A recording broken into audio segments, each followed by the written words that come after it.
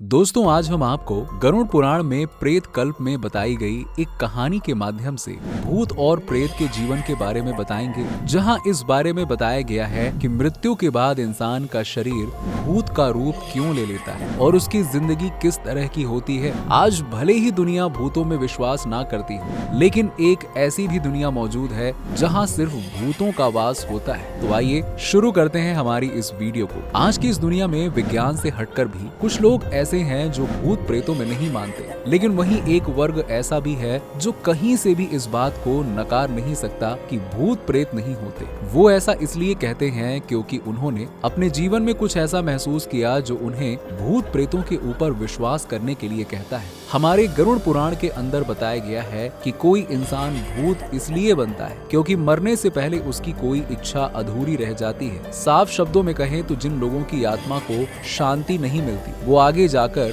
भूत बनकर भटकते रहते हैं और तब तक भटकते रहते हैं जब तक कि उनकी इच्छा पूरी न हो जाए। भूत बनने के बाद मनुष्य ऐसे ही सालों तक भटकता रहता है। हमारे शास्त्रों में साफ साफ लिखा गया है कि जिस व्यक्ति की मौत एक्सीडेंट या फिर मर्डर से होती है, उसकी आत्मा मृत्यु के बाद भटकती रहती है। इसके अलावा जिस व्यक्ति की मौत प्यास, भूख, दोष, क्रोध आदि जैसी इच्छाओं को लेकर होती है, वो भी आगे जाकर भूत बनकर यूं ही भटकता रहता है। कहा जाता है कि भूत प्रेतों को प्यार और भूख तो ज्यादा लगती है, लेकिन इसके बावजूद भी कभी उन्हें तृप्ति नहीं मिल पाती। आमतौर पर जितने भी भूत होते हैं वो स्वभाव से काफी चिड़चिड़े और क्रोधित होते हैं। वो हर पल यही सोचते हैं कि कोई उन्हें मुक्ति दे दे। ज्यादातर भूत प्रेत अपवित्र घरों में पाए जाते हैं। इसके अलावा जंगलों में भी इनका वास होता है। मंत्र उच्चारण, शोर शराबे से ये भूत हमेशा से दूर भागते हैं। इसीलिए कहा जाता है कि भूत प्रेतों को कृष्ण पक्ष ज्यादा पसंद है। इसके अलावा अमावस, तेरस और 14 जैसे दिनों में भी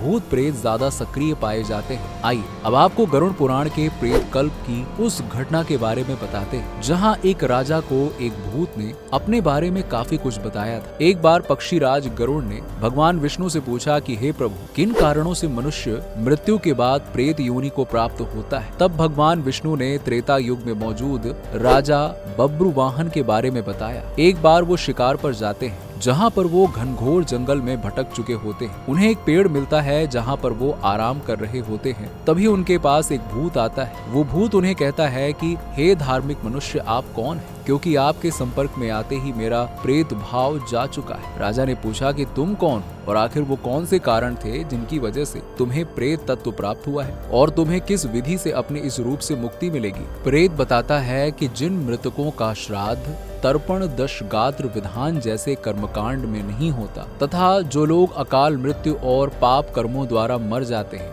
वो प्रेत रूप में यहाँ वास करते। प्रेत बताता है कि हम किसी भी तरह के वस्त्र को धारण नहीं कर सकते। यहाँ चारों तरफ खाने के लिए काफी कुछ है, लेकिन फिर भी मैं भूखा हूँ क्योंकि मुझे अन्न और जल किसी की प्राप्ति नहीं हो पाती। प्रेत बताता है कि मृत्यु से पहले मैं विदिशा नामक नगर में रहा करता था। उस जन्म में मेरा नाम सुदेव था और मैं वैश्य जाति से ताल्लुक रखता था। मैं एक दानी किस्म का इंसान था। देवताओं और पितरों को नियम अनुसार पूजन तर्पण भी करता था, लेकिन मेरी कोई संतान नहीं थी। इसीलिए मेरे सारे पुण्य के काम धरे के धरे रह गए। इसीलिए किसी ने मेरा अंतिम संस्कार भी नहीं किया और तभी मुझे प्रेत योनि की प्राप्ति हुई। मैं काफी लंबे समय से यहीं पर ऐसे ही भटक रहा हूँ। प्रेत राजा को एक विधि बताता है जिससे उसे मुक्ति मिल सकती है। जिसके बाद जब राजा अपने राज्य में लौटते हैं, तब वो प्रेत द्वारा बताए गए विधि के अनुसार उसे मुक्ति दिलाते हैं। इस कहानी से हमें समझ में आता है कि मरने के बाद किसी भी व्यक्ति को मुक्ति दिलाने के लिए अंतिम संस्कार का कार्य